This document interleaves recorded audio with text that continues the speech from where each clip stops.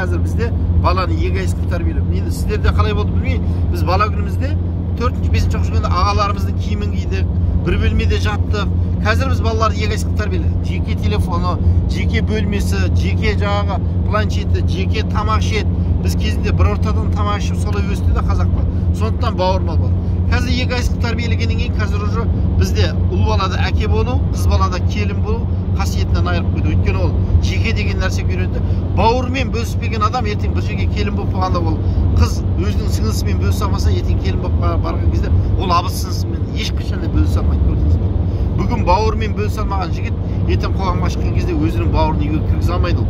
Өйткені ол кішкентай күнінде сол өмірдің ләззатты шағын 10-15 жасына дейін солай қылып бөлісіп үйренген жоқ, көрдіңіз бе? Сондықтан да бұл жаһанданудың бір несі, бізде ғұрп-әдет деген анау көненің сарқыты деу бізді қазақылықтан, иманнан ажырату үшін жасалып отқан бір қиянат па деп ойлаймын. Екіншісі қазақтың даналығы, ол кісі мына бір нәрсені айтады. Жаңа әмеңгерлік дейді да, біз бұл нәрсені бұрын білмепті, бірақ енді қазір қарасақ қазақ даласында жетімдер үйі болған жоқ дейді. Бірақ әмеңгерлік деген зат болды дейді. Мысалы, аға өлсе, немесе іні өлсе, аға мұра, аға өлсе, іні мұра деген болды дейді. Аға қайтыс болса, ағаның жаңағы әйелін балаларымен бірге інісі алады дейді. Неге?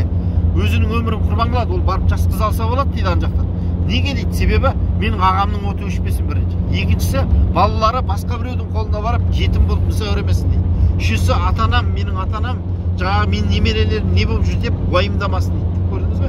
Менің жеңгем қиналмасын деп өзінің өмірін сол жолда құрбан. Бұндай даналық ешқандай неден шықпаған дейді. Бірақ қазақтың даналығында сондай нәрсе бар дейді. Міне бұлардың барлығын тарихқа қорытқан кезде адамзаттың пайдасы үшін ешқандай басқа ұлт жазып келтіре алмайды. Бірақ адамзаттың пайдасы үшін жасалған заттарды көрдіңіз бе? Бірақ қазір оның бәрін, ой, анау ескінің сарқыны, мына дәстүрді айтамыз ескінің сарқыны деп, мысалы, жаңа қарттар үйіне барсаңыз, жүрегіңіз қанжылайды. Қазақ не деп айтады? Ата-анам жылды болса байлап бақ деп айтады ғой. Айтады ғой, мысалы қарасаңыз. Бізде шариғат оны не дейді? Дәстүрде ата-анаң жылды болса байлап бақ. Шариғатта не дейді? Пайғамбар саллаллаху ата-анасы бірдей тірі тұрып, оларға қызмет еткен адамға жәннаттың екі қақпасы ашық дейді. Ата-анаға қызмет қылу былай тұрсын, жаңағы ата-ананың туысқандарына қызмет етудің өзін, жаңағы көзін көргендер қызмет етуді шариғат бұйырады. Оны қазақ не дейді? Әкең өлсе өлсін, әкеңді көре қалған өлмесін дейді. Әкең дүниеден өтіп кетсе де, әкең көре қалған өлмесін. Абдулла ибн Омардың бір вақиғасы бар. Бәдәуимен далада жүрген кезде нөкерлермен, қасына жолдастармен келіп, Бәдәуидің атқа мінгізіп, оның жаңағы сәлдесін кигізіп, оны алып алып жетектеп баратқанда, неге өйтесің деген кезде, менің әкем дүниеде өтті, бірақ мына кісі менің әкемнің көзін көрген, әкемнің кезінде сол жерде қызмет еткен, қақпа күзеткен адам деп айтады да бір нелерді.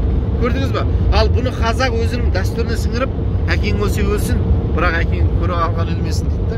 Не деген дейді? Біздің Алланың діні біздің шариғатымыз, біздің дәстүрімізге кәдімгідей бойлап кеткен ғой.